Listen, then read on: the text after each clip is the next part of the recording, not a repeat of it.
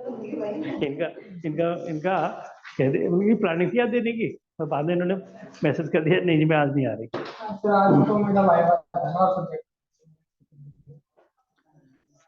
चलिए ना,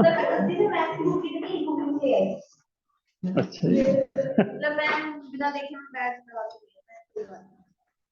चलता बुक का तो काम हो जाएगा ना, अभी होगा आपके पास बुक तो कोई दिक्कत नहीं है।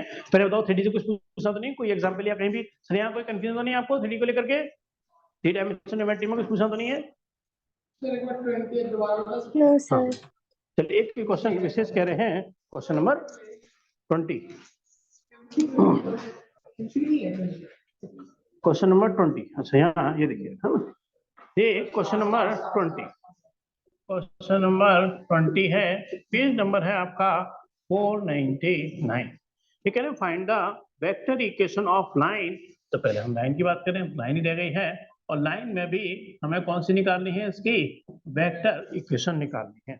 जो लाइन हमारी है वो पास हो रही है एक पॉइंट से, इसके कोऑर्डिनेट हैं 1 2 और -4 एंड परपेंडिकुलर है दो लाइन के, है ना, दोनों लाइन के परपेंडिकुलर है।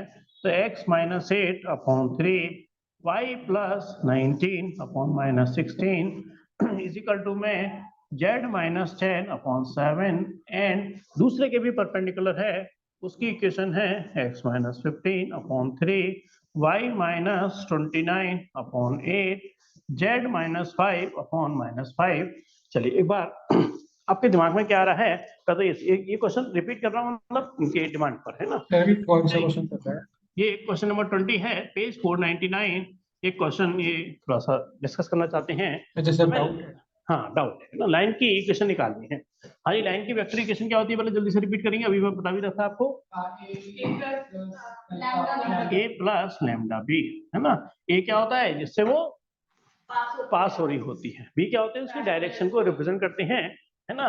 तो a की वैल्यू तो सीधे सीधे क्या लगाऊंगा यहाँ पे, पास हो रही है किससे, i + 2j - 4k plus lambda, और मैंने कुछ जगह खाली छोड़ दी आपको, बस ये फिल करना बाकी रह गया है।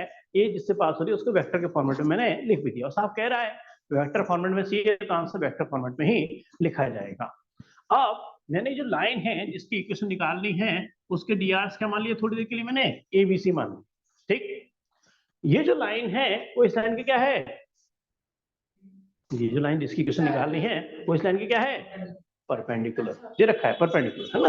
अब लाइन ही लाइन की क्या है, परपेंडिकुलर है, ये भी मैंने अभी बात थोड़ी देर पहले रिपीट करी, क्या होना चाहिए, आसान 0 होना चाहिए। आप प्रोडक्ट निकालते समय दो चीज का ध्यान रखेंगे, एक्स वाई जेड क्या होना चाहिए, पॉजिटिव, एक्स वाई जेड के कोएफिशिएंट क्या होने चाहिए 1, सारे सेटिस्फाई, ये भी चाहिए सेटिस्फाई, नहीं सीधे बस फॉर्मेलिटी करनी है, है ना। फॉर्मेलिटी क्या होगी, यहाँ से क्या हो जाएगा 3a और माइनस का है तो -16b + 7c = 0। नीचे देखेंगे यार तो कितना है 3a प्लस का 8b - 5c = 0, और मैंने सपोज करो 1 नाम डाल रखा है, इसको 2 नाम डाल दिया, इसको 3 नाम डाल दिया। मैंने कहा इक्वेशन 2 है बट वेरिएबल 3 है, मतलब एक तरीके से एबीसी 3 वेरिएबल है यहाँ पर, है ना। हाँ क्रॉस मल्टीप्लिकेशन मैं यहाँ पे आपको लिख के छोड़ रहा हूँ, क्योंकि इसके बाद जो भी कुछ करना है वो सिर्फ कैलकुलेशन बचेगी बस, है ना। हाँ जी सभी बताएंगे ना, ए के लिए 1 को प्रेस करेंगे, नीचे क्या लिखेंगे हम, बिल्कुल ठीक है ना, -16 और नीचे 8, फिर बिल्कुल सही 7 और -5।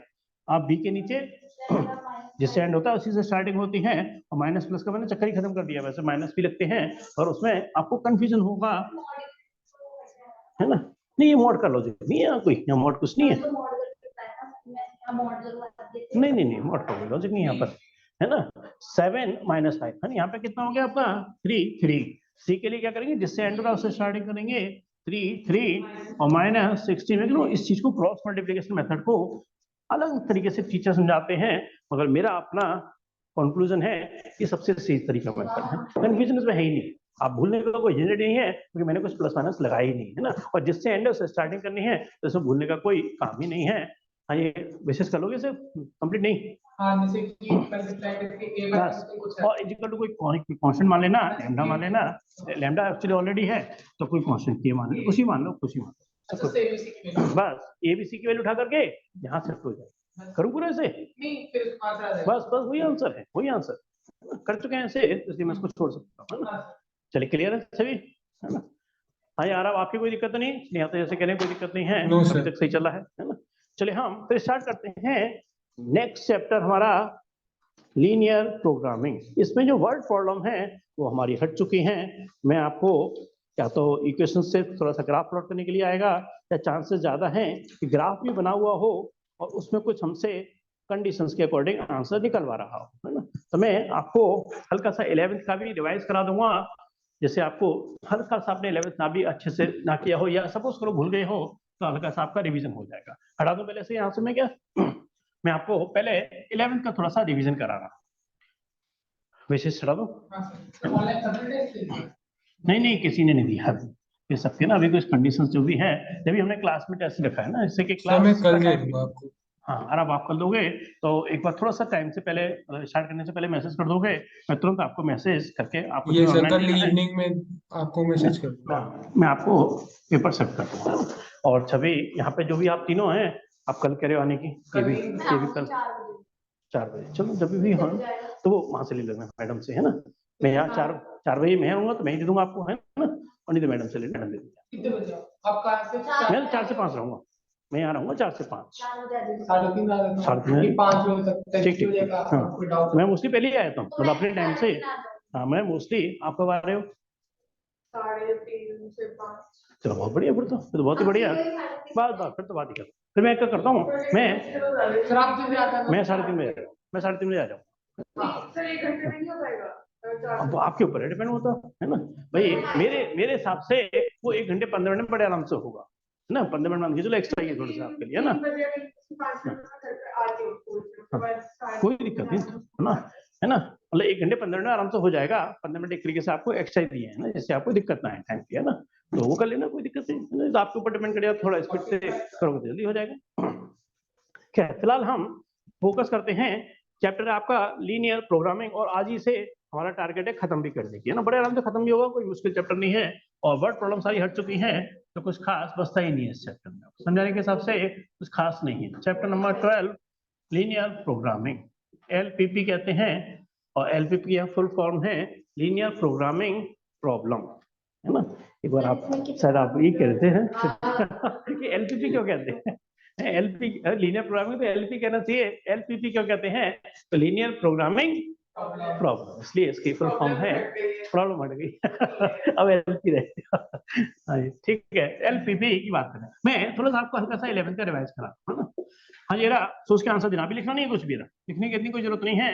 ये हमारी क्या कहलाती है, एक्स एक्सेस, और ये होती है हमारी वाई एक्सेस, पता ही है। एक्सेस का एक नाम और होता है, जिसे क्या कहते हैं, एप्स के साथ भी कल पीछे का भी रिवीजन आपको करा दूं, इससे आपको थोड़ा रिकॉल हो जाए पीछे का, है ना।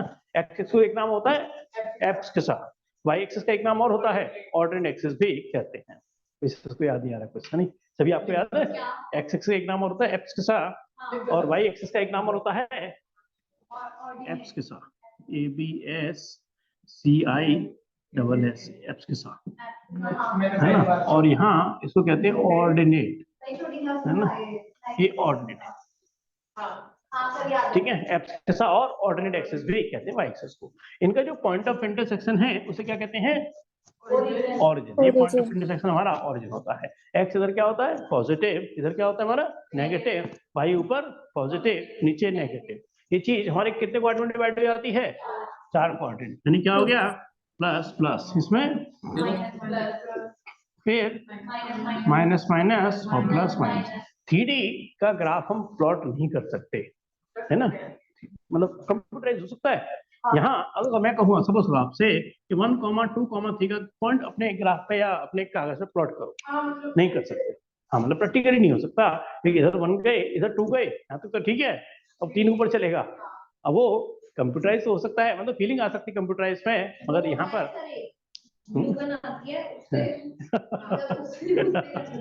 है ना।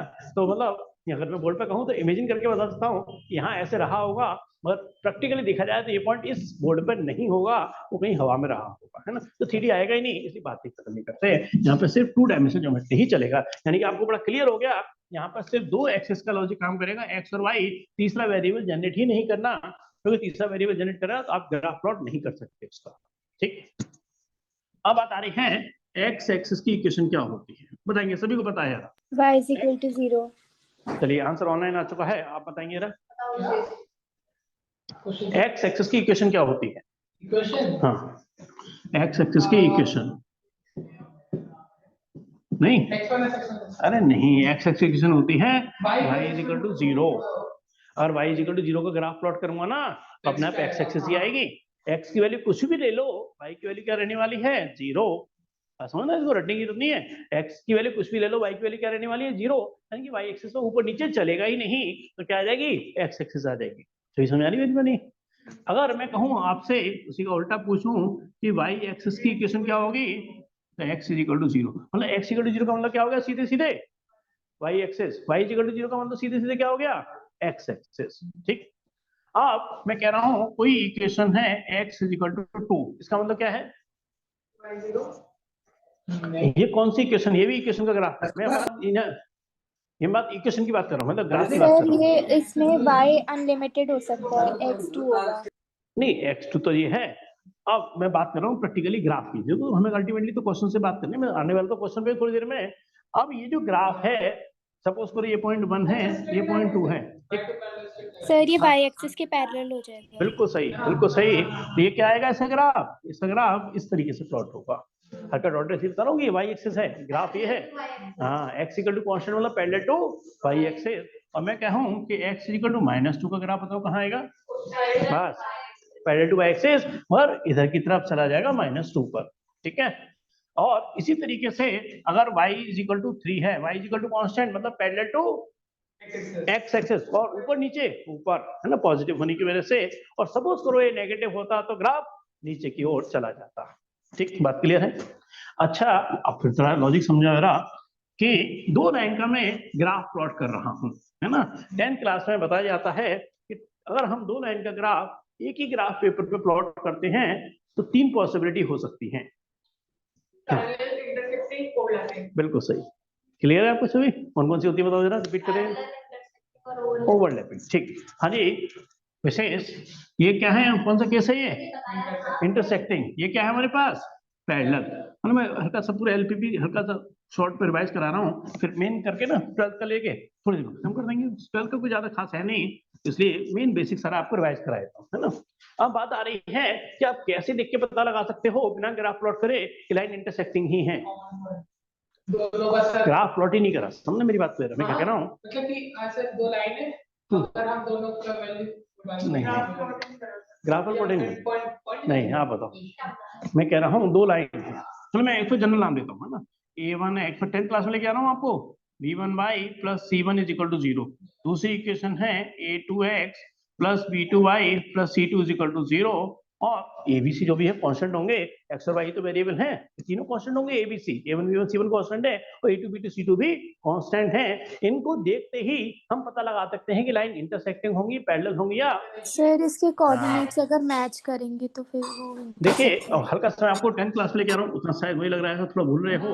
a1 upon a2 is not is equal to b1 upon b2। अरे पहली बारी कटना क्या, यूनिक सॉल्यूशन कहते हैं, इंटरसेक्टिंग लाइंस कहते हैं, है ना। हाँ जी, आरो आप बता सकते हो पहले लाइन की केस में कंडीशन क्या होती है? ये कंडीशन बतानी है आपको। बिल्कुल सही, बिल्कुल सही। a1 upon a2 is b1 upon b2 is not is equal to c1 upon c2। दूसरी बार कटना क्या, लाइंस पैरेलल होंगी अपने आप। हाँ, और तीनों अगर इक्वल आ गए यानी कंडीशन क्या हो गई? ओवरलैपिंग लाइन या कोइंसिडेंट लाइंस भी कह देते हैं। a1 upon a2 is equal to b1 upon b2। यही मैं आपसे थोड़ा सा पूछना चाहता था कि देखते ही मैं पता लगा सकता हूँ कि लाइन कौन सी आने वाली है ना। क्या बात भी क्लियर है मेरी? ठीक, चलो अब आगे और आगे, है ना। हाँ, ग्राफ से लिखिए, जब ये सब बताना पड़ रहा है। वर्ड प्रॉब्लम हट गई, वर्ड प्रॉब्लम हट चुकी है। वर्ड प्रॉब्लम, हाँ, ग्राफ प्लॉट भी करना पड़ जाता है। अब वर्ड प्रॉब्लम हट गई है ना। वर्ड प्रॉब्लम हटने की वजह से क्वेश्चन काफी इजी हो गई है ना, काफी इजी हो गए। अब मैं जा रहा हूँ थोड़ा सा आपको 11th क्लास में, है ना। 11th क्लास में x is greater than is equal to 2, है ना। अब इस तरह की बात आ गई। अब वहाँ इक्वल नहीं चलता 11th क्लास में, क्या कहते हैं इसको, इसलिए चैप्टर का नाम क्या हो गया 11th क्लास में? हाँ, इनइक्वलिटी बन गया, है ना। इनइक्वलिटी का मतलब क्या हो गया, इसको क्या पढ़ेंगे, x is equal to 2, x is greater than equal to 2। अच्छा, और यहाँ क्या पढ़ेंगे, x इज ग्रेटर देन 2। इसके ग्राफ प्लॉट करते समय दोनों में फर्क आता है। हाँ जी, सर किसी को ऊपर याद वाले है? में स्ट्रेट लाइन आती है, नीचे वाली में डॉटेड लाइन आती है। बिल्कुल सही कह रहे हो, इसमें लाइन जो प्लॉट होती है वो डार्क लाइन प्लॉट होती है, और जब इसमें लाइन प्लॉट करते हैं क्या होती है हमारी, डॉटेड लाइन प्लॉट होती है। इसका मतलब जो पॉइंट्स लाइन पर लाई कर रहे हैं वो उसके सॉल्यूशन में एग्जिस्ट नहीं करते, इसलिए इसको क्या करते हैं, डॉटेड लाइन से प्लॉट करते हैं। इसका मतलब ये है कि टू वैल्यू इसको सेटिस्फाई नहीं करेगी, टू इस लाइन पर लाई करेगा बट वो उसको सेटिस्फाई नहीं करेगा। इसका मतलब जो लाइन के पॉइंट हैं वो इस इक्वेशन को सेटिस्फाई नहीं करेंगे, जबकि इसमें जो लाइन के पॉइंट हैं वो भी इस इक्वेशन को सेटिस्फाई करेंगे। बात क्लियर है मेरी है? ठीक। हाँ, मैं बात आ रहा हूँ एट लीस्ट, वैसे इतनी जरूरत नहीं है मेरे को ज्यादा समझाने की। एट लीस्ट का मतलब क्या हुआ, एट लीस्ट टू, मतलब x is greater than is equal to two. At least का मतलब क्या होता है, कम से कम उसकी वैल्यू क्या होनी चाहिए, टू या टू से ज्यादा। क्या लगाते हैं, greater than is equal to. अच्छा, अगर मैंने लिख दिया x is less than is equal to two, तो इसके लिए क्या लिखूंगा, एट मोस्ट। हाँ, इसका मतलब क्या होता है, एट मोस्ट, यानी कि वैल्यू क्या होगी, मैक्सिमम टू होगी, मगर टू से ज्यादा नहीं हो सकती। तो क्या करते हैं इसको, x is less than is equal to two at most, और इन बिटवीन, अरे बिटवीन का मतलब क्या होता है कि टू से ज्यादा है, सपोज करो फोर से छोटा है, तो इसका मतलब इसकी वैल्यू क्या होगी, इन बिटवीन, यानी कि इसमें जो लैंग्वेज काम करेगी वो लैंग्वेज काम करेगी इन बिटवीन, यानी कि टू और फोर इन्वॉल्व नहीं होते, टू से ज्यादा है बट फोर से कम है ना। और बाय डिफॉल्ट कौन सा नंबर सिस्टम काम करता है इसमें, रियल नंबर, है ना। यानी कि टू और फोर के बीच में भी कितने नंबर होंगे, इनफाइनाइट नंबर होंगे, इनफाइनाइट नंबर। कुछ हल्का सा रिवीजन हो गया नहीं 11th का, और मैं हल्का सा 11th का रिवीजन जा रहा हूँ। अब सीधे फिर 12th का हम स्टार्ट करते हैं। मैं ग्राफ से स्टार्ट करता हूँ 12th वाले का। ये मैं बात कर रहा हूँ यहाँ पर 11th की, ना। एक लाइन है x is less than is equal to 2, इसका मेरे को ग्राफ प्लॉट करना है। पहले बताओ ये सर ग्राफ कैसे प्लॉट आउटसाइड होगा, रीजन में एक्स वाई एक्सिस के पैरेलल होगी। तो एक्स इक्वल टू कौन सा, मतलब पैरेलल टू वाई एक्सिस। ये पॉइंट 1 है, ये पॉइंट 2 है, डार्क होगी तो सही, डार्क प्लॉट कर दी, है ना। मगर ये क्या है हमारे, वाई एक्सिस। अब बात आ रही है इसमें रीजन शेडेड करना होता है। अब रीजन सर दो इसमें ऑप्शन है, अंदर या की तो रीजन तरफ इधर का होगा। शेडेड होगा या रीजन इधर का शेडेड होगा। इसमें शेडेड वाली बात आ गई, है ना। लाइन खुद ओरिजिन से पास नहीं हो रही है, 11th सर क्लास क्योंकि जा रहा हूँ, जीरो छोटा होता है टू है से। ना। तो हम ओरिजिन को सेटिस्फाई करके देखेंगे, इसलिए यहाँ सही आंसर दे रहे हैं। एक्स की वैल्यू क्या लगाई मैंने, जीरो, और zero is less than equal to two. True है फॉल्स है, ये ट्रू है, यानी कि रीजन क्या होगा, टूवर्ड्स द ओरिजिन। यानी कि इसके दो रीजन हो सकते थे, एक ये भी हो सकता था, और एक रीजन में इसको इधर भी शेडेड कर सकता था, यानी कि रीजन इधर की तरफ शेडेड नहीं करूंगा, रीजन की तरफ शेडेड होगा, इधर की तरफ शेडेड होगा। क्यों, क्योंकि x is less than equal to, मैंने जीरो रख के देखा, जीरो जीरो, और ये इसको क्या कर रहा है, सेटिस्फाई कर रहा है, यानी कि ओरिजिन शेडेड पोर्शन में आना चाहिए।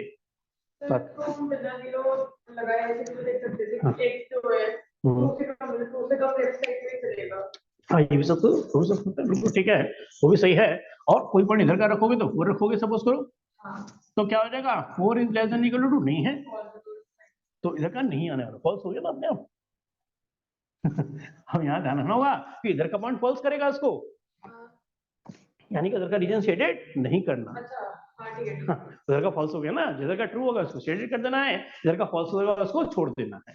बात क्लियर है। और एक लाइन और प्लॉट कर रहा हूँ, जरा उसका आंसर बताना, क्योंकि ये थोड़ा सा आपको कंफ्यूज करते हैं, इसलिए मेरे को थोड़ा रिवीजन कराना पड़ रहा है। ये वाई एक्सिस है, ये एक्स एक्सिस है, और लाइन है x is greater than is equal to y. पहले बताओ इसका ग्राफ कैसे जाएगा, greater than is equal to y, है ना। इसका ग्राफ प्लॉट करोगे ना तो ऐसे जाने वाला है ना, ओरिजिन से पास हुआ, और ये लाइन है, यानी कितनी भी एक्सटेंड हो सकती है ना। तीन चीज होती है, लाइन, लाइन सेगमेंट और रे। ये हम बात करेंगे इसकी लाइन की, यानी कि दोनों तरफ कितनी भी एक्सटेंड हो सकती है। अब बात आ रही है, अच्छा कैसे होगा, ठीक है, नहीं नहीं वो तो सही है, ये बात, इनकी बात का जवाब देने के लिए थोड़ा सा हमें ये करना पड़ता है कि कभी भी किसी का ग्राफ प्लॉट करना हो, पॉइंट निकाल लेते हैं। यहाँ लिख दिया एक्स, यहाँ लिख दिया वाई, एक्स जीरो तो वाई भी जीरो, एक्स वन तो वाई भी वन, एक्स माइनस वन तो वाई भी माइनस वन। अब देखो जीरो जीरो, ये पॉइंट क्या होगा, वन वन, अंदर लगा सकते हो थोड़ा सा, माइनस वन, क्या आंसर इस क्वाड्रेंट में जा सकता है ये ग्राफ, नहीं जा सकता। क्यों, अरे एक्स पॉजिटिव तो वाई भी क्या आएगा, पॉजिटिव, एक्स नेगेटिव तो वाई भी क्या आएगा, नेगेटिव। इसमें क्या होता है, उल्टा चलता है, एक्स नेगेटिव होने पर वाई पॉजिटिव हो जाता है, और इस वाले में एक्स पॉजिटिव होने पर वाई नेगेटिव हो जाता है। अगर ये ग्राफ को मैं ऐसे कर देता ना, x is greater than is equal to minus y, तब क्या फर्क पड़ता, अभी लाइन ऐसे नहीं जाती, अब वो लाइन ऐसे जाती क्योंकि x पॉजिटिव है तो y नेगेटिव आएगा, और अगर x नेगेटिव है तो y पॉजिटिव बन जाएगा। अब लाइन तो जाएगी तो ओरिजिन से ही, बट वो लाइन ऐसे जाएगी। बात क्लियर है मेरी? अब मैं क्या उसी पे जा रहा हूँ ज्यादा। अब मेरे को ये जज करना है कि रीजन या तो उधर की तरफ होगा या रीजन नीचे की तरफ होगा। दो ऑप्शन है मेरे पास, है ना। ये लाइन खुद ओरिजिन से जा रही है तो वो ओरिजिन का काम तो लॉजिक उसमें काम नहीं करेगा, यानी ओरिजिन से मैं चेक नहीं कर सकता। कोई बताइए यार, आप बता सकते हो कि इसमें कैसे चेक करेंगे कि रीजन ऊपर की तरफ है, मतलब शेडेड पोर्शन ऊपर की तरफ है या नीचे की तरफ है? अलग से पॉइंट हाँ तो ठीक कह रहे हो, तो सही कह रहे हो। यहाँ अलग से पॉइंट को ले लो, सपोज करो 2,0। सर वो पॉइंट्स लेके फिर देखते ग्रेटर हाँ। देन आ रहा है स्मॉल। कहीं भी ले सकते हो, कोई भी ले सकते हो, 1.9 पे नहीं होना चाहिए। ओरिजिन ले सकते हैं नहीं नहीं, ओरिजिन पे मैं कह रहा हूँ 9 पे नहीं होना चाहिए। नहीं वैसे एक्सेस पे कहीं भी ले सकते हो, कहीं भी लो, बस वो लाइन पे नहीं होना चाहिए, क्योंकि लाइन वाले पॉइंट तो उसको सेटिस्फाई कर देंगे। अब 0 0 क्यों नहीं लिया? अरे 0 0 लिया तो 0 is greater than equal to 0। अब क्या लिखेंगे? मैं इसको ट्रू लिखूंगा, फॉल्स लिखूंगा? कुछ नहीं लिख सकता मैं इसको, क्योंकि इक्वल का निशान भी लगा हुआ है।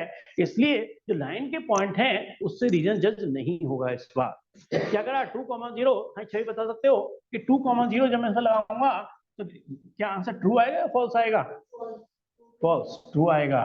2 greater than is equal to 0। अरे x की वैल्यू 2 लगेगी, y की वैल्यू 0 लगेगी। अरे 2 तो 0 से बड़ा होता है, तो रीजन क्या आएगा? ऊपर की तरफ या नीचे की तरफ? हाँ, ये वाला पॉइंट हटा रहा हूँ, एरो हटा रहा हूँ, यानी कि रीजन क्या होगा इसका? नीचे की तरफ। तो इसको सर तो हम ऊपर नहीं जाना। 0,2 भी तो ले सकते थे। बहुत सारे पॉइंट ये कह रहे हैं 0,2 लेके चलना चाहते हैं, तो ये पॉइंट क्या करेगा? इस रीजन को फॉल्स करेगा। देखो जरा, चेक करो जरा, x की वैल्यू 0 और greater than is equal to Yes, 2। क्या sir. 0 2 से बड़ा है? नहीं, 0 2 से छोटा होता है। तो इसके अलावा बात वही है, कोई फर्क नहीं पड़ता, जैसे मर्जी आया कर लो, बस मेरी बात का ध्यान रखना, वो पॉइंट इस लाइन पर लाई नहीं करना। तो सर लाइन ये पर फॉल्स हो जाएगा, तो फॉल्स तो फिर ऊपर की साइड को हो जाएगा ना। हाँ तो फॉल्स हो गया, जब तो मैंने नीचे की ओर सेट कर रहा हूँ। आप देखेंगे 2,0 क्या कर रहा था? सेटिस्फाई कर रहा था, जब तो मैं नीचे Yes, की तरफ कर sir. रहा हूँ, ये फॉल्स हो गया। अभी भी मैं ऊपर की तरफ नहीं जाऊंगा, रीजन तो अभी भी नीचे की ओर ही शेडेड करूंगा। हाँ इसलिए क्लियर है, कोई कंफ्यूजन नहीं इस चीज सर को लेकर क्यों के? करेंगे नीचे की तरफ? अच्छा ये बता, चलो फिर एक बार रिपीट करते हैं। पहले बताओ, थोड़ा रिपीट करता हूँ। लाइन क्लोट हो गई, इसमें कोई दिक्कत तो नहीं? Yes, sir. रीजन या तो नीचे का होगा या ऊपर का होगा, ये बात भी क्लियर है। Yes, sir. मैं कह रहा हूँ इस लाइन के अलावा कोई पॉइंट नहीं, मैंने 2,0 लिया। अब 2,0 क्या इसको सेटिस्फाई कर रहा है कि नहीं कर रहा है, पहले ये बताएं। Yes, sir. कर रहा ट्रू, है. यानी कि रीजन क्या आएगा? इस पॉइंट की तरफ आएगा। तो रीजन में नीचे की ओर हल्का सा देखो आपको शेडेड किया है। पहले इस लाइन में कोई Yes, दिक्कत है क्या? sir. No, अब sir. आपने कहा नहीं मैं तो 0,2 से, आपने पॉइंट का 0,2, तो मैंने कहा 0,2 का आगे देखो, तो अपने आप क्या कर रहा है? उस कंडीशन को फॉल्स बना रहा है। False कर रहा रीजन है. ऊपर की तरफ नहीं आना, तो सीधी सी बात है, दो ही ऑप्शन तो है, तो तीसरा ऑप्शन ही नहीं है, या तो तो ऊपर सर आएगा या फॉल्स नीचे। करते हुए तो ऊपर की तरफ नहीं जाता और ट्रू में नीचे.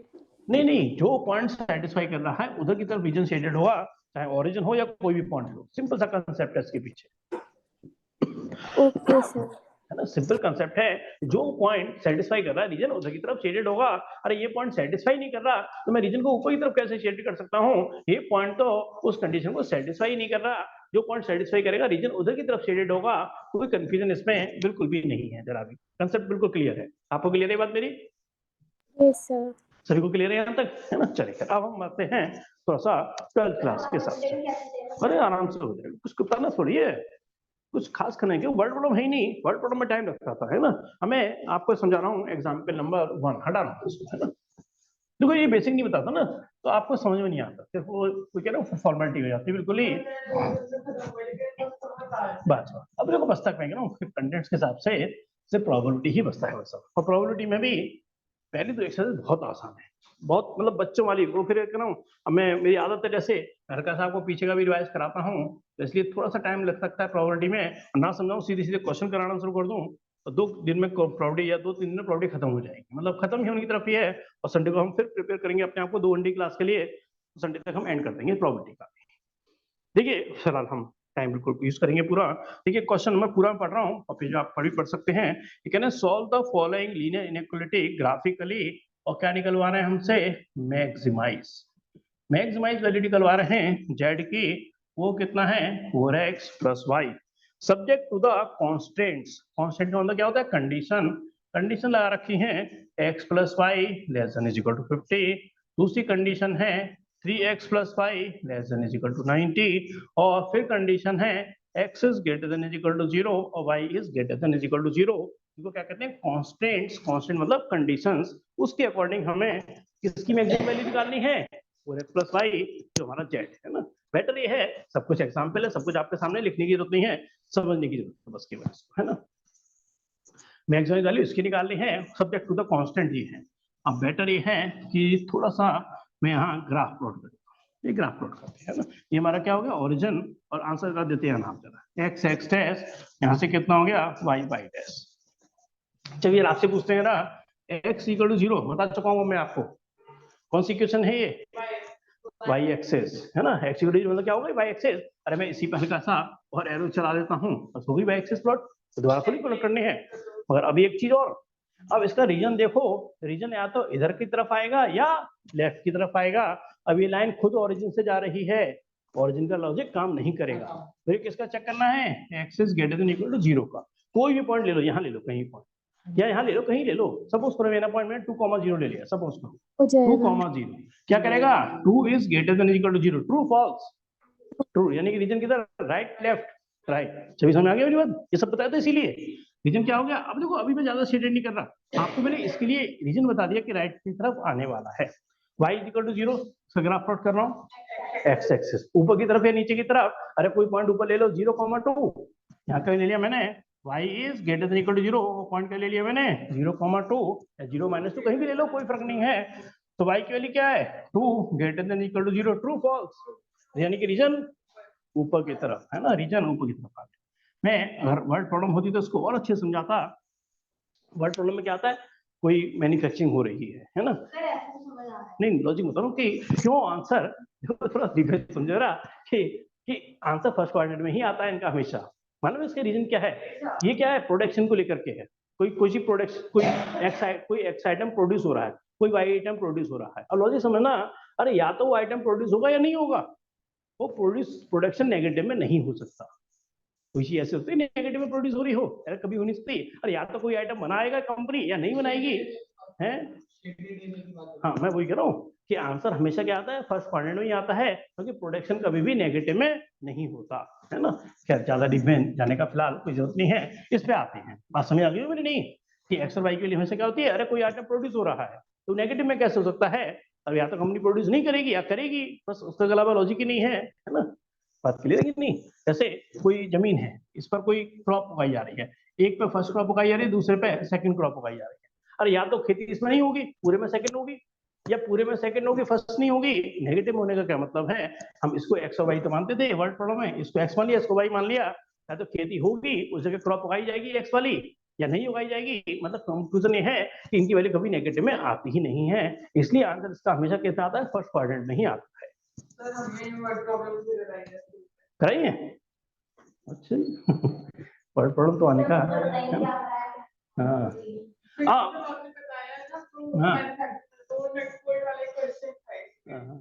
अरे बहुत अच्छी वर्ड प्रॉब्लम है, बहुत अच्छा दिमाग लगता है ना। अब ये वाली ग्राफ प्लॉट कर रहा हूँ, ये वाला ग्राफ प्लॉट कर रहा हूँ। अब तो मतलब सोचना है ना, थोड़ा ओरली ले। अगर मैं कोई इक्वेशन क्या है, x plus y is equal to 50, अगर x की वैल्यू 10 ले रहा हूँ तो y की वैल्यू कितनी हो जाएगी? 40। तो सपोज करो मैंने ये पॉइंट मान लिया 10 और y पे क्या मान लिया? 40। अब देखो रीजन तो हटाऊंगा थोड़ा सा यहाँ से। अब मेरे को ग्राफ की आपको फीलिंग देनी पड़ेगी थोड़ी सी, है ना। जब भी आप अच्छे से समझ पाओगे तो यहाँ पे मैंने 10, 20, 30, 40, 50, 60, 70, 80, 10, 20, 30, 40, 50, 60, 70, 80 ऐसे मैंने 10 के पे पॉइंट ले लिए, है ना। x की वैल्यू अगर 10 है तो y की वैल्यू कितनी है? 40, यानी कि ये वाला पॉइंट हो गया। और काम करें, और इजी कर लेते हैं, और थोड़ा इजी कर सकते हैं। कैसे? कि x plus y equal to क्या ले लो? 50। x की वैल्यू 0 है तो y की वैल्यू कितनी हो गई? 50, यानी कि 1, 2, 3, 4, 5 ये वाला पॉइंट हो गया कौन सा? 0,50। ठीक है। अगर x की वैल्यू 0 है तो y की वैल्यू 50 है, और अगर y की वैल्यू 0 है तो बिल्कुल सही, यानी कितना हो गया? 10, 20, 30, 40, 50, यानी क्या हो गया? 50,0। और लाइन डार्क प्लॉट होगी, डॉटेड प्लॉट होगी, इक्वल है। डार्क प्लॉट होगी, इक्वल है। इक्वल में इक्वल नहीं होता तो डॉटेड प्लॉट होती है। तो ये वाला पॉइंट कितना है? 50,0। ये पॉइंट कौन सा है? 0,50। और ग्राफ पेपर पे आप इस तरीके से लाइन को प्लॉट कर देंगे। ठीक है। अब ये देखो कि इसके लिए रीजन टुवर्ड्स द ओरिजिन होगा या अवे फ्रॉम द ओरिजिन होगा?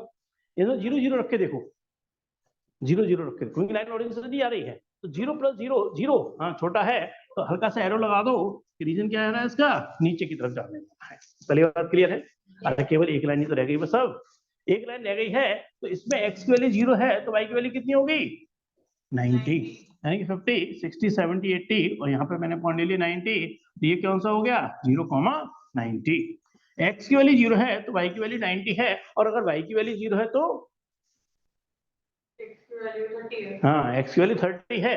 यहाँ से क्या होगा? 10 20 और 30, ये पॉइंट कितने हो गए? 30,0। अब दूसरी लाइन जो प्लॉट होनी है वो इस तरीके से जाने वाली है। बात क्लियर है? अब ये जो लाइन थी वो ये वाली लाइन थी, मैं लिख देता हूँ इससे बाद में कंफ्यूजन ना हो। ये लाइन कौन सी थी? 3x + y = 90। जब लाइन की इक्वेशन लिखो ना तो लेस देन ग्रेटर देन से कोई मतलब नहीं होता है। और ये जो लाइन थी वो लाइन थी हमारी x + y = 50। हाँ जरा आप इसे सोच के बताओगे कि लाइन इसके लिए रीजन, यानी इस वाली लाइन के लिए रीजन इसके लिए तो प्लॉट हो गया ना, इसके लिए प्लॉट हो चुका है। अरे इसके लिए रीजन क्या आ चुका है? नीचे की ओर आ चुका है इस वाली लाइन के लिए। अब सर उसके हाँ, लिए भी नीचे के लिए आएगा। ट्रू है सर, ट्रू है 0 0, अरे 90 से छोटा है तो इसके लिए भी रीजन क्या होगा? Towards the origin. और किस लाइन के लिए? लाइन का बहुत आना मेरा माइंड में, लाइन रहनी चाहिए आपकी, ये वाली लाइन। तो इसके लिए रीजन क्या है? नीचे की ओर। अब जरा गौर से देखना, कॉमन शेडेड पोर्शन जो बन के आएगा इसके लिए रीजन क्या है? इधर है। इसके लिए रीजन क्या है? ऊपर है। इस वाली लाइन के लिए रीजन क्या है? नीचे है। और ये वाली लाइन जो ब्रेक कर रही है इसलिए रीजन क्या है? इधर की तरफ। तो मैं अगर कॉमन शेडेड पोर्शन करूं तो क्या यही वाला बनेगा? नहीं बनेगा?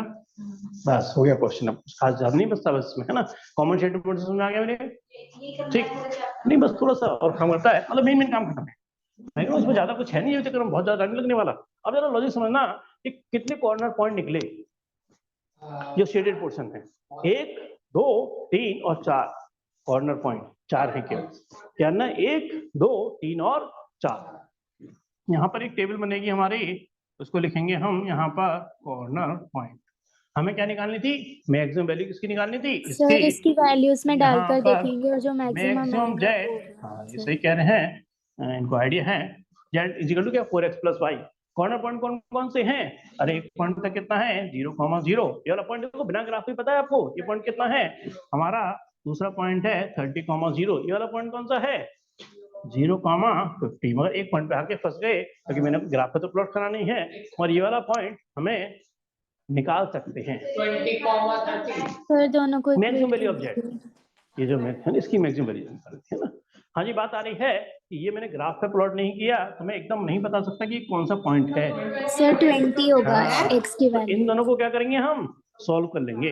31। ग्राफ में बना रहे तो देखिए। हाँ मतलब ग्राफ तो पता चल जाएगा, ग्राफ पेपर पर नहीं है ना। अब मेरे को नहीं पता चला एकदम परफेक्टली कि 20 है या 25 है, जरा सा भी गलत हो गया आंसर गलत हो जाएगा आपका।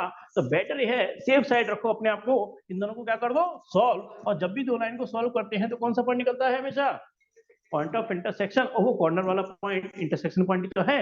कौन सा वाला पॉइंट ऑफ इंटरसेक्शन है? ये वाला। 1 2 3 4, अरे 3 तो मैंने लिख दिए, चौथा ही तो रह गया लिखने के लिए केवल। हाँ, सॉल्व करने का कौन सा मेथड होता है? सब्स्टिट्यूशन, एलिमिनेशन या क्रॉस मल्टीप्लिकेशन। बाय डिफॉल्ट कौन सा यूज मेथड करते हैं हम? इजी मेथड कौन सा होता है? एलिमिनेशन, है ना? ये जल्दी आंसर निकल के देता है, बाकी क्वेश्चन पर डिपेंड कर जाता है। अरे y से y खत्म और माइनस करना पड़ेगा इसके लिए, तो यानी कि 2x = कितना हो गया? 40। तो x की वैल्यू कितनी हो गई? 20, है ना? 2 से डिवाइड करेंगे, x की वैल्यू कितनी हो गई? 20। अरे x की वैल्यू 20 कहीं लगा दो तो y की वैल्यू कितनी हो गई हमारे पास? 30। ये आ गए हमारे कॉर्नर पॉइंट। हमें क्या निकालना था? इसकी मैक्सिमम वैल्यू निकालनी थी। अरे 0 0 लगाओ, आंसर 0। 30,0 कितनी वैल्यू आ गई हमारी? 120। 0,50 आंसर कितना आ गया? 50। 20 हाँ इसमें लगा रहा हूँ एक्स और वाई में, है ना? देखते हैं ना, कोई दिक्कत तो पूछ लेना एक बार, है ना? एक्स की वैल्यू 0, वाई की वैल्यू 0, जेड 0। एक्स की वैल्यू 30, वाई की वैल्यू 0।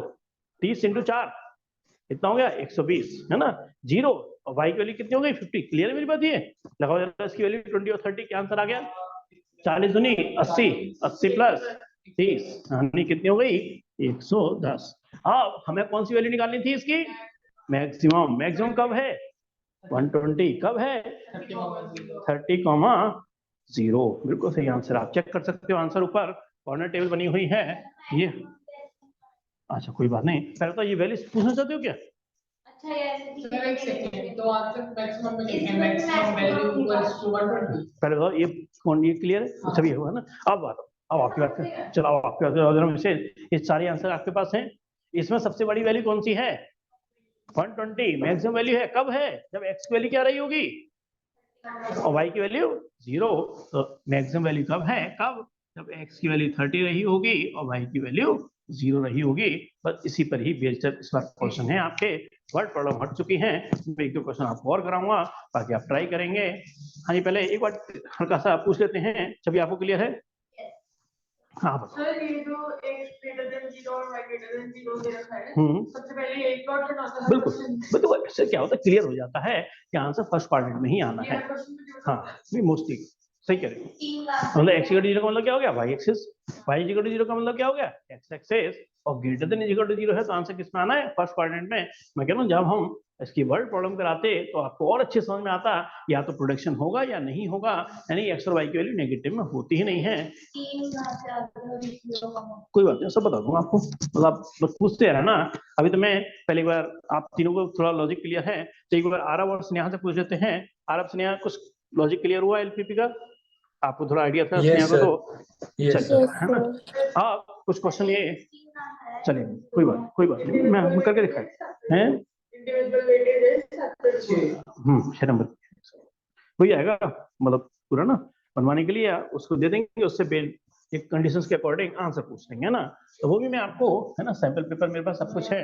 तो बस ये प्रोबेबिलिटी खत्म हो जाए, मैं आपको सैंपल पेपर से सारे कुछ क्वेश्चन आपको लेके आऊंगा, और कोई मुश्किल नहीं है ना। मैं देख रहा हूँ सैंपल पेपर जो सीबीएसई का है या और भी हैं, ऐसे कोई खास दिक्कत नहीं है, आप बड़े आराम से चीजों को करते जाओ। हाँ जी, आप क्या कह रहे थे? आप ये आंसर कह रहे थे, क्या कह रहे थे आप? सर ये 16 का है आंसर में 0 का। अच्छा वो तो क्वेश्चन दिखाओ, फिर तो क्वेश्चन निकालो यार। ये तो है जो भी कराया है आपने। नहीं ये तो मैंने एग्जांपल कराया है। अरे ये तो मैंने एग्जांपल कराया है, ये क्वेश्चन तो कराया ही नहीं। नहीं देखो यार ना, ठीक है सर, मैं बुक नहीं लाई थी ना आज। हाँ नहीं कोई बात नहीं, उसी बारे में आपको क्लियर करता हूँ ना, मतलब कंफ्यूजन ना हो आपको, जरा बाद में भी देखो तो कंफ्यूजन ना हो। मैंने क्या कराया, एग्जाम्पल नंबर, हाँ वो कंफ्यूजन हो गया ना। ये एग्जाम्पल नंबर कराया है, ये कॉर्नर पॉइंट निकले 120 है, सब 30 कॉमन सी। हाँ जी, चलिए एक क्वेश्चन में और ले रहा हूँ आपके लिए, थोड़ा और हल्का सा कॉम्प्लिकेटेड देते हैं, और फिर एक ले लेंगे थोड़ा अनबाउंडेड रीजन का, तो इसके साथ ही हमारा ये कंप्लीट हो जाएगा, है ना। अनबाउंडेड रीजन, ओहो फिर तो चलो जल्दी करते हैं, है ना। मैं अनबाउंडेड रीजन का भी चाहता हूँ कि आज ही कंप्लीट हो जाए। अनबाउंडेड रीजन में थोड़ा सा आपको कंफ्यूजन हो सकता है, तो मैं उसको भी आज ही कवर करता हूँ, हो जाएगा कुछ 10 मिनट में आराम से, कोई बड़ी बात नहीं। मैं एक एग्जाम्पल और ले रहा हूँ पहले, तो इसी तरह का, फिर अनबाउंडेड रीजन लेंगे। हाँ जी, एक मैं ले रहा हूँ, देखो मैं एग्जाम्पल ले रहा हूँ, जिससे कि थोड़ा ग्राफ नहीं है मेरे पास, तो थोड़ा सा हल्का सा मैं भी कर सकता हूँ आंसर को ग्राफिकली तौर पे, और वैसे आंसर बिल्कुल सही आएंगे आपके, कोई फर्क नहीं पड़ता उससे। हाँ जी, यहाँ पर निकलवा रहे हैं मैक्सिमाइज जेड। अच्छा दोनों पूछ रहे हैं, यहाँ दोनों पूछ रहे हैं, मैक्सिमम वैल्यू भी पूछ रहा है और मिनिमम वैल्यू भी पूछ रहे हैं जेड की। और जेड इज इक्वल टू हमारे पास है 3x plus 9y, subject to the constants, यानी कि जो कंडीशन है। थोड़ा जल्दी करेंगे ना इस क्वेश्चन को, जिससे कि आज ही एलपीपी हमारा हो जाए, और फिर क्या ना वर्ड प्रॉब्लम जो और भी अभी जिससे से आ सकते हैं सैंपल पेपर्स वगैरह, वो सब भी बहुत जल्दी हम स्टार्ट कर देंगे, बस प्रोबेबिलिटी और जल्दी खत्म हो जाए हमारी, फिर उससे भी स्टार्ट कर देंगे। भाई इज, हाँ जी कितनी कंडीशन हो गई इस बार? 1 2 3 4 5। हाँ ये एग्जाम्पल नंबर 3, 5.3 है। चलो 5.3 लिख देता हूँ, चेक करो जरा 511 ही है। तो मेरी बुक 513 है। अच्छा ऐसे कैसे? पुरानी है सर, नहीं मेरी पुरानी। नहीं मैं तो एग्जाम्पल नंबर 3 करा रहा हूँ ना। अच्छा हाँ एग्जाम्पल नंबर 3 है ना, एग्जाम्पल नंबर 3 है। हाँ जी, कितनी कंडीशन है इसमें? 1 2 3 4 5। और देखिए ग्राफ बहुत जल्दी प्लॉट होगा, और ध्यान रखना एक चीज का, कभी अगर ग्राफ प्लॉट कर भी रहे हो ना, तो देखो ये 3 पोर्शन आपके लिए वेस्टेज है, क्योंकि पता है आंसर, इसका मतलब आंसर फर्स्ट क्वाड्रेंट में ही आना है। हाँ जी छवि, x इक्वल टू 0 मतलब कौन सा ग्राफ हो गया? y axis. y equal to 0 मतलब क्या हो गया? x axis. और इसके लिए ओरिजिन है इसके लिए इधर आएगा और इसके इधर आएगा, ये पता ही है, ये हम टाइम वेस्ट अब ज्यादा नहीं कर रहे हैं ना, सिंपल सी चीज है। हाँ जी, इसके बारे में सोचो जरा, ये क्या होगी, x इक्वल टू वाई, ये लाइन कैसे जाएगी, ये अंदर लगाओ थोड़ा सा, ये बता चुका हूँ मैं आपको। हाँ बिल्कुल ठीक, बिल्कुल सही है ना, यही तो बताया था ये सब चीजें। हाँ, ये लाइन हमारी ऐसे चली गई है ना। अब बात आ रही है, ये लाइन कौन सी हमारी, x इक्वल टू वाई। अब दो ऑप्शन है हमारी विशेष, या तो रीजन क्या आएगा नीचे की तरफ, या रीजन क्या आएगा ऊपर की ओर। लाइन खुद ओरिजिन से जा रही है, मैंने इस पे पॉइंट कोई भी ले लिया है, बता रहा हूँ, इसकी जरूरत नहीं है, पता है कि तरफ आना है। 2,0 मान लिया सपोज को, इसमें लगाओ x वैल्यू क्या है हमारी 2 और less than is equal to 0। यहाँ पे 2 इज लेस क्या है, हाँ ये रीजन फॉल्स हो गया, यानी कि रीजन क्या आने वाला है इसके लिए, ऊपर की ओर आने वाला है, और ऊपर का कोई पॉइंट लोगे वो सेटिस्फाई कर जाएगा। देखो इन दोनों ग्राफ प्लॉट हो गए, इसका भी ग्राफ प्लॉट हो गया है ना। और हल्का सा एरो लगाता हूँ जिससे कि अभी और चीजें भी मेंशन करनी है, इस पे आता हूँ। x तो डायरेक्ट कर रहा हूँ, x की वैल्यू 0, y की वैल्यू 10 है ना, इसको हटा रहा हूँ यहाँ से, ये तो मैंने ऐसे अंदाज से दिया था। ये क्या ले रहा हूँ मैं, 10 पे गैप ले रहा हूँ। x की वैल्यू 0 तो y की वैल्यू क्या हो गई 10, ये तो जानते हो ना, स्केल क्वेश्चन के अकॉर्डिंग चूज किए जाते हैं। अब मैं एक एक लूंगा तो बहुत लेंथी चला जाएगा, ऊपर 60 वाला जैसे कोई बड़ी वैल्यू वो कैसे प्लॉट होगी आपकी। तो x की वैल्यू 0 तो y की वैल्यू 10, और y की वैल्यू 0 होने पर x की वैल्यू 10, बिल्कुल सही समझ रहे हो है ना। तो यहाँ पे मैंने इक्वल गैप पे यहाँ ले लिया 10। लाइन कहाँ से जाने वाली है, इन दोनों पॉइंट से जाने वाली है, तो सीधी बात लाइन ऐसे चली गई, ठीक है। अब ये लाइन ओरिजिन से पास नहीं हो रही है, तो इस पर पहले तो लाइन का इक्वेशन लिखो, बाद में क्या होता है ना कंफ्यूजन हो जाता है, तो कौन सी लाइन कौन सी प्लॉट कर दी कुछ पता नहीं चलता। तो x plus y is equal to 10, is क्या है x इक्वल टू वाई, ये लाइन क्या है x plus y is equal to 10। अब रीजन कौन सा आएगा, 0 0 रख के देखो, 0 0 बेस्ट ऑप्शन है। रीजन टुवर्ड्स द ओरिजिन होगा या अवे फ्रॉम द ओरिजिन, बिल्कुल सही कह रहे हो, 0 greater than is equal to 10, true है फॉल्स है, फॉल्स है, यानी कि 0 0 सेटिस्फाई नहीं कर रहा है। तो रीजन क्या आएगा इसका, अवे फ्रॉम द ओरिजिन, इसके लिए ऊपर है और इसके लिए क्या है इधर की तरफ है, समझ लोगे, यहाँ से रीजन शुरू हो गया, ये वाला रीजन हट गया एक तरीके से। और केवल लास्ट लाइन बची हमारे पास ये वाली, अरे x की वैल्यू 0 तो y की वैल्यू 20, बिल्कुल ठीक, हटाओ इसको यहाँ से, यहाँ पे लिखो 20, ये कितना है 20, x की वैल्यू 0 तो y की वैल्यू 20 और y की वैल्यू 0 60, तो 10 20 30 40 50 60, यानी ये वाला पॉइंट और ये वाला पॉइंट है ना, मैंने यहाँ पे लिया था, बिल्कुल एक वाला पॉइंट था, यानी कि लाइन जो प्लॉट होगी वो ऐसे प्लॉट हो जाएगी, ठीक है। अब ये वाली लाइन कौन सी है उसकी इक्वेशन लिख दो, इस पर यहाँ पर है x plus 3y is equal to 60। आप इसका देखेंगे रीजन टुवर्ड्स द ओरिजिन है या नहीं, या अवे फ्रॉम द ओरिजिन है। तो 0 0 रख के देखा तो क्या हुआ, सेटिस्फाई कर रहा है नहीं कर रहा, कर रहा है, कर रहा है, क्या आएगा, हाँ क्योंकि लेस देन है ना इसलिए सेटिस्फाई करेगा, और यहाँ ग्रेटर देन लगा दो तो नहीं करेगा।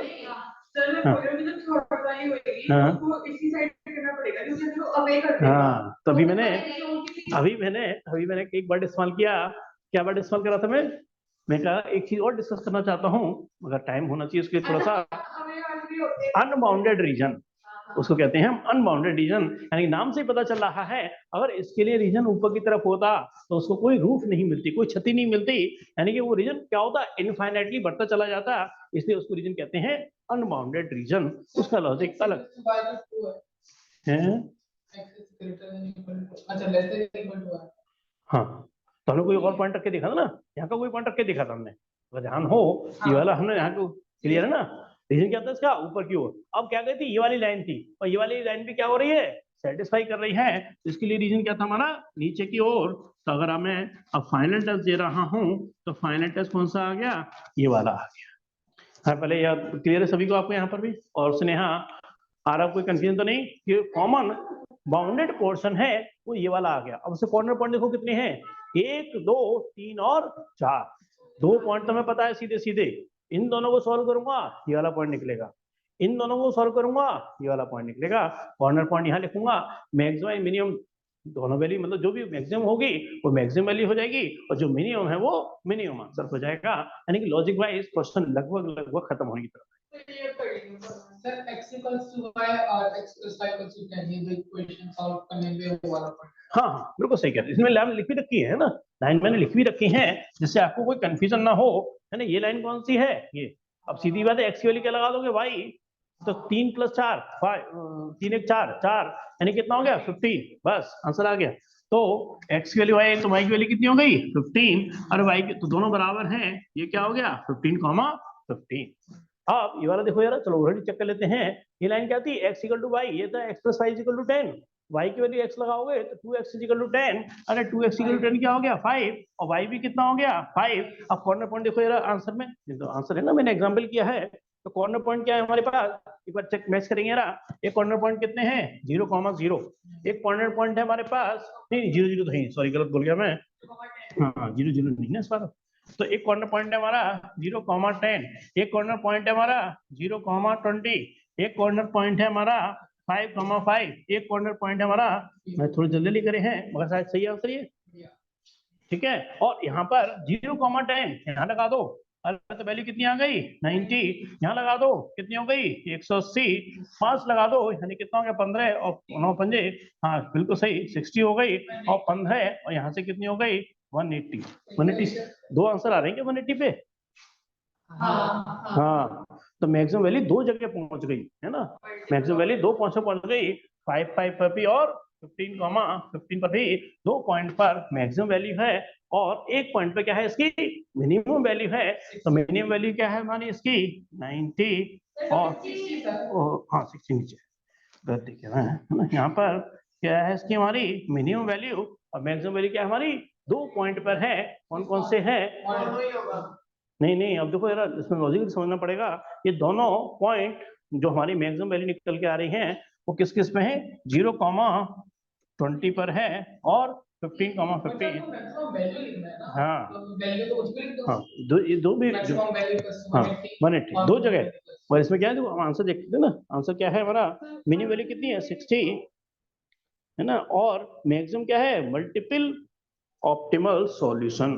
ध्यान रखना, अब जरा हल्का सा लॉजिक मैं इसमें बता रहा हूँ कि 2 पॉइंट पर क्या आ गई वैल्यू मैक्सिमम आ गई, किस किस पॉइंट पे 0, 20 पर और 15, 15 पर। अरे इस लाइन के जितने भी पॉइंट होंगे ना सभी पर वैल्यू सेम ही आने वाली है। इसके 2 कॉर्नर पॉइंट पे वैल्यू क्या आ रही है हमारी 180, तो इसके जितने भी पॉइंट्स होंगे ना वो सारे पॉइंट इस लाइन की इक्वेशन को क्या करेंगे सेटिस्फाई करेंगे, यानी कि क्या होंगे मैक्सिमम वैल्यू क्या आएगी मल्टीपल ऑप्शन आएंगे, इसलिए मैक्सिमम वैल्यू क्या होगी हमारी मल्टीपल ऑप्शन हो गए और मिनिमम में केवल एक ही ऑप्शन हो गया, इसलिए आंसर क्या लिख रखा है उन्होंने मैक्सिमम के लिए मल्टीपल ऑप्टिमल सॉल्यूशन, इसको कहते हैं ऑप्टिमल सॉल्यूशन। तो मगर 2 पॉइंट पर है यानी कि इस पॉइंट पर भी और इस पॉइंट पर भी, तो इस तरह के जितने भी पॉइंट हैं सब पे वैल्यू सेम आएगी, यानी कि क्या हो गया मल्टीपल ऑप्टिमल सॉल्यूशन मैक्सिमम के लिए, और मिनिमम के लिए सिर्फ एक आंसर है वो है 60। हाँ क्यों नहीं आ सकता है ना, पहले बात ये क्लियर है मेरी आपको, थोड़ी हो नहीं आ रहा और स्नेहा कुछ पूछना था इसमें? हमें देखो थोड़ा सा इनको जब जाना है इसलिए बहुत ज्यादा इसी से लॉजिक से समझा रहा हूँ आपको कि अगर सपोज करिए ऐसी स्थिति हो जाती कि रीजन क्या बन जाता हमारा अनबाउंडेड बन जाता तो क्या होता है ना, मैं इसी से थोड़ा सा आपको एक्सप्लेन करता हूँ, बाकी आपको हो गए तो अगली क्लास में और भी एक दो क्वेश्चन करा देंगे है ना, बस खत्म ही है, बट प्रॉब्लम आनी नहीं, मैं हल्का सा लॉजिक बता रहा हूँ कि अगर ऐसी स्थिति होती तो क्या, हाँ बस सपोज करो इधर लॉजिक समझना ना कि अगर रीजन ये वाला हो जाता, सपोज हटा रहा हूँ मैं इसको, मान के चलो स्थिति ऐसी हो जाती कि रीजन क्या हो जाता हमारे पास ये वाला, यानी कि इसकी कोई लिमिट ही नहीं है, तो इस तरह के रीजन को क्या कहते हैं हम अनबाउंडेड रीजन है ना, तो रीजन बन जाता हमारा अनबाउंडेड, जिस नाम से पता चल रहा है कि रीजन हमारा क्या हो गया यहाँ पर अनबाउंडेड। और ध्यान रखना जब भी रीजन अनबाउंडेड होगा तो आपसे मैक्सिमम वैल्यू नहीं पूछेंगे, मिनिमम पूछेंगे, क्योंकि अरे रीजन अनबाउंडेड है तो इसमें तो इनफाइनाइट पॉइंट ऐसे होंगे जिसकी कोई लिमिट ही नहीं है, जिसकी वैल्यू की भी कोई लिमिट नहीं होगी। अरे एक्स वैल्यू 100 लगा दो, वाई की वैल्यू 200 लगा दो, फिर आपको हेयर लगा दी तो क्या दिक्कत है, क्योंकि वैल्यू तो उसकी कोई बढ़ने की लिमिट ही नहीं है ना। तो इसलिए जब इस तरह की स्थिति होगी, जब अनबाउंडेड रीजन होगा तो आपसे सिर्फ क्या पूछेंगे इसकी मिनिमम वैल्यू, और मिनिमम वैल्यू सपोज करो ये है तो कॉर्नर पॉइंट क्या होंगे हमारे 1 2, जैसे 2 कॉर्नर पॉइंट है सपोज करो है ना, बस यहाँ कॉर्नर पॉइंट क्या लिखेंगे सिर्फ 2 लिखेंगे, एक ये वाला और एक ये वाला है ना जी। हाँ इसके में तो ये कैसी अलग है, हाँ ये कैसा अलग है, और बता रहा हूँ लॉजिकली मैं कह रहा हूँ क्वेश्चन से बताऊंगा इसको ज्यादा अच्छे से, मगर जैसे थोड़ा सा टाइम हल्का सा मुझे पता है 56 हो चुके हैं, ये भी कहने वाले होंगे कि मेरी क्लास है, मैं लॉजिकली से बता रहा हूँ आपको कि अगर जितने भी पॉइंट्स होते तो इसकी मैक्सिमम बढ़ने की कोई लिमिट नहीं होती, वो सारे कॉर्नर पॉइंट यहाँ लिखे जाते और उसकी मिनिमम वैल्यू निकाली जाती और मिनिमम में जो भी वैल्यू मिनिमम होती वो हमारा आंसर आ जाता। सपोज करो दोनों वैल्यू सेम हो जाती तो मल्टीपल ऑप्टिमल सॉल्यूशन हो जाते, क्योंकि इन पॉइंट पर सारे पॉइंट पर ही आंसर को सेम आने वाला है। लॉजिक शायद क्लियर हो गया। अनबाउंडेड रीजन में क्या पूछेंगे, सिर्फ आपसे मिनिमम वैल्यू, फिर मैक्सिमम वैल्यू नहीं पूछेंगे आपसे। हाँ जी क्लियर है। स्नेहा आरव कुछ लॉजिक क्लियर हुआ एलपीपी का? सर मैक्सिमम वैल्यू सर एक क्वेश्चन करा दीजिए ऐसा वाला। चलो मैं एक मिनट आपको कराया तो बाकी इनको चलो, हाँ आपको रिपीट कर दिया अगली क्लास में ना। मैं कह रहा हूँ तो खुद ही ट्राई करो, है ना। ग्राफ वाला क्वेश्चन नहीं, ग्राफ वाले क्वेश्चन है, कोई दिक्कत नहीं, बता देना, है ना। फिर भी कुछ क्वेश्चन और करा देंगे, कुछ क्वेश्चन आपको और करा देंगे, है ना, उसकी टेंशन मत लो, कुछ क्वेश्चन और करा देंगे, है ना। एक ये स्नेहा कह रहे हैं तो मैं एक क्वेश्चन इनके लिए कराया, है ना। पहले बाकी यहाँ तक तो क्लियर है ना सब? आ रहा आपको भी? और सर आप Yes, एक sir. बार शेडेड करना भी सिखा दीजिए, क्योंकि मेरे से हो नहीं पाता, मतलब मैं उल्टा शेड कर देती हूँ। हाँ वही ना, आपको जैसे आप बता रहे थे उससे लग रहा था कि आपको कंफ्यूजन है, बल्कि जिस तरह से मैं समझा रहा हूँ उसमें कंफ्यूजन कोई है ही नहीं। तो एक मैं आपके लिए एग्जांपल नंबर 4 और एक्सप्लेन कर रहा हूँ अनबाउंडेड रीजन का, पेज नंबर 512। और ये कहेंगे तो अगली क्लास वेलकम जी। इसमें जैसे देखो साफ कह रहा है, आप पढ़ेंगे ना, डिटरमाइन ग्राफिकली मिनिमम वैल्यू। जी मैं आपसे कह रहा था कि अगर रीजन अनबाउंडेड है तो मिनिमम वैल्यू ही आपसे पूछेंगे। यहाँ से कितना है -50x और प्लस का 20y, subject to the constants, यानी कि जो कंडीशन है वो 2x minus y greater than is equal to -5, फिर है 3x plus y greater than is equal to 3, फिर है 2x minus 3y less than is equal to 12, फिर x is greater than is equal to 0, y is greater than is equal to 0। पहले तो मैं simple सी बात है graph plot करता हूँ, है ना। तब तो सिंपल ग्राफ प्लॉट करता हूँ। ये हमारी y एक्सिस हो गई, ये हमारी x एक्सिस हो गई, ये हमारा ओरिजिन हो गया। दो लाइन प्लॉट करने की जरूरत नहीं है, पता है आंसर फर्स्ट क्वाड्रेंट में ही आना है। तो हाँ, और की हम ग्राफ प्लॉट करते हैं। जैसे मैं सपोज करो इस वाली लाइन का ग्राफ प्लॉट कर लेता हूँ, है ना। x की वैल्यू 0 तो y की वैल्यू कितनी हो गई 3, ये पॉइंट कितना हो गया 0,3। x की वैल्यू 0, y की वैल्यू 3, y की वैल्यू 0, x की वैल्यू 1, ये पॉइंट क्या हो गया हमारा 1,0, और लाइन हमने ऐसे पास कर। पहले ये लाइन क्लियर है आपको? ये लाइन प्लॉट भी करती है ना, ये लाइन लिख भी देते हैं। Yes, sir. तो 3x plus y is equal to 3। Region के लिए आप जरा कंफर्म करिए रीजन इसका कौन सा शेडेड होगा। लाइन ओरिजिन से नहीं जा रही है, 0 0 इस पर रख के देखो, अरे 0 प्लस 0 0 ही होता है।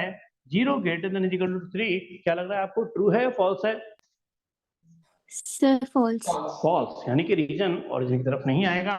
हल्का सा मैंने एरो लगा दिया, इंडिकेशन करता है कि इसका रीजन ऊपर की तरफ ही आने वाला है, यानी इस लाइन का काम पूरा हो चुका है मेरे पास। अब मैं इस वाली लाइन पे आता हूँ, x की वैल्यू 0, हाँ जी, y की वैल्यू क्या हो गई -4, यानी कि x की वैल्यू 0, y की वैल्यू -4, यानी कि 1 2 3 4, यानी कि पॉइंट क्या हो गया 0, -4। पॉइंट नेगेटिव में आ सकते हैं, रीजन ऊपर की तरफ ही आएगा शेडेड वाला, है ना। पॉइंट नेगेटिव आने में कोई ऑब्जेक्शन नहीं है मेरे को जरा भी।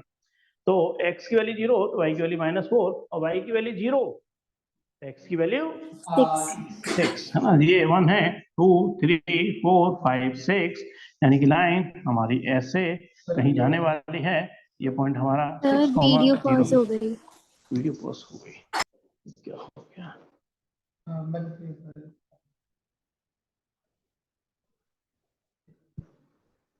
कुछ भी नहीं चलना, हाँ आगे, ठीक है ना। Yes sir. हाँ जी देखिए, अब ये हाँ लाइन हमारी ये वाली आ गई है ना।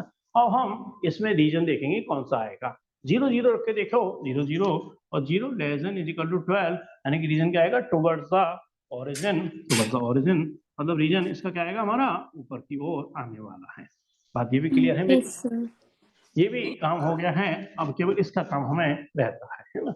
अगर x की वैल्यू 0 लगा रहा हूँ तो y की वैल्यू क्या हो जाएगी 5, यानी कि 3 4 और 5, ये पॉइंट हो गया हमारा 0,5। x की वैल्यू 0 क्योंकि माइनस माइनस कट जाएगा, y की वैल्यू 5 हो जाएगी। y की वैल्यू 0 लगाऊंगा तो x की वैल्यू क्या आएगी -5/2, यानी कि माइनस का 2.5। x की वैल्यू नेगेटिव में है -2.5, तो -1 -2, यानी कि यहाँ पे कहीं होगा -2.5।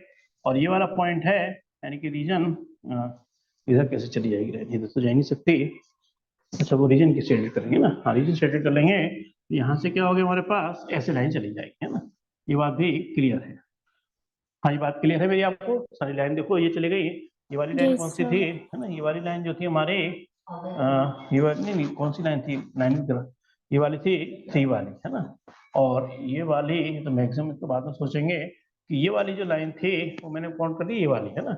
ये वाली लाइन का जो ग्राफ है, ये जो लाइन का ग्राफ है वो है 2x minus y is equal to -5, ये वाली लाइन थी, है ना। और ये वाली मैंने यहाँ प्लॉट कर दी, और है ना ये वाली, 12 वाले नीचे, है ना 12 वाले नीचे की है, 12 वाली नीचे है ना, जो तो -4 इसका है ये। -4। हाँ ये 2x अच्छा ये वाला है, ये हल्का कंफ्यूजन हो रहा है ना। ये वाली लाइन ये थी, है ना, ये वाली लाइन ये थी, और ये वाली लाइन जो थी हमारी वो थी हमारे पास 2x minus 3y is equal to 12, है ना। तो बिल्कुल सही है ना, ये वाली लाइन हमारी ये वाली है ना, ये वाली लाइन हमारी ये वाली है ना, बड़ा क्लियर होना चाहिए। हरी बात। इसके लिए रीजन क्या था, इधर की तरफ। इसके रीजन क्या था, ऊपर की तरफ। और एक्स एक्सिस के लिए रीजन क्या था, ऊपर की ओर। अब बात आ रही है इस वाली लाइन की, इस वाली लाइन के रीजन कौन सा होगा, यानी ये वाली लाइन की। इसके लिए बात करते हैं तो लाइन क्या करते हैं, ओरिजिन से चेक कर लेते हैं। तो ओरिजिन यानी कि 0 greater than is equal to -5 क्या हो गया, ट्रू हो गया, यानी कि रीजन क्या होगा, टुवर्ड्स द ओरिजिन। मगर इसलिए कि रीजन इधर की तरफ था, जो फाइनल बना रीजन, पहले इसके यहाँ ये देख लेना, हल्का सा देखना कि ये रीजन जो बन के आ रहा है ना वो Yes, sir. Unbounded है. बिल्कुल सही है, इधर बढ़ने की इसकी कोई लिमिट नहीं है। पहले तो रीजन समझ में आ गया मेरे, है ना, रीजन पता सही पता चला है ना, साफ पता चला है रीजन क्या हो गया हमारा, अनबाउंडेड। अब कॉर्नर पॉइंट कितने होंगे, 1 2 3 4। देखो कॉर्नर पॉइंट एक बार चेक करना, 1,0 है, ये देखो टेबल देख लो यार, 1,0 है एक पॉइंट, कॉर्नर पॉइंट्स में 1,0 6,0 होगा, 0,3 होगा, 0,5 Yes, होगा, sir. और Yes, उसमें हम वैल्यू उसमें लगाएंगे जेड जो भी था, है ना, उसकी मिनिमम वैल्यू Okay, देखेंगे। sir. समझ में आ गया. बात क्लियर है मेरी, है Yes, sir.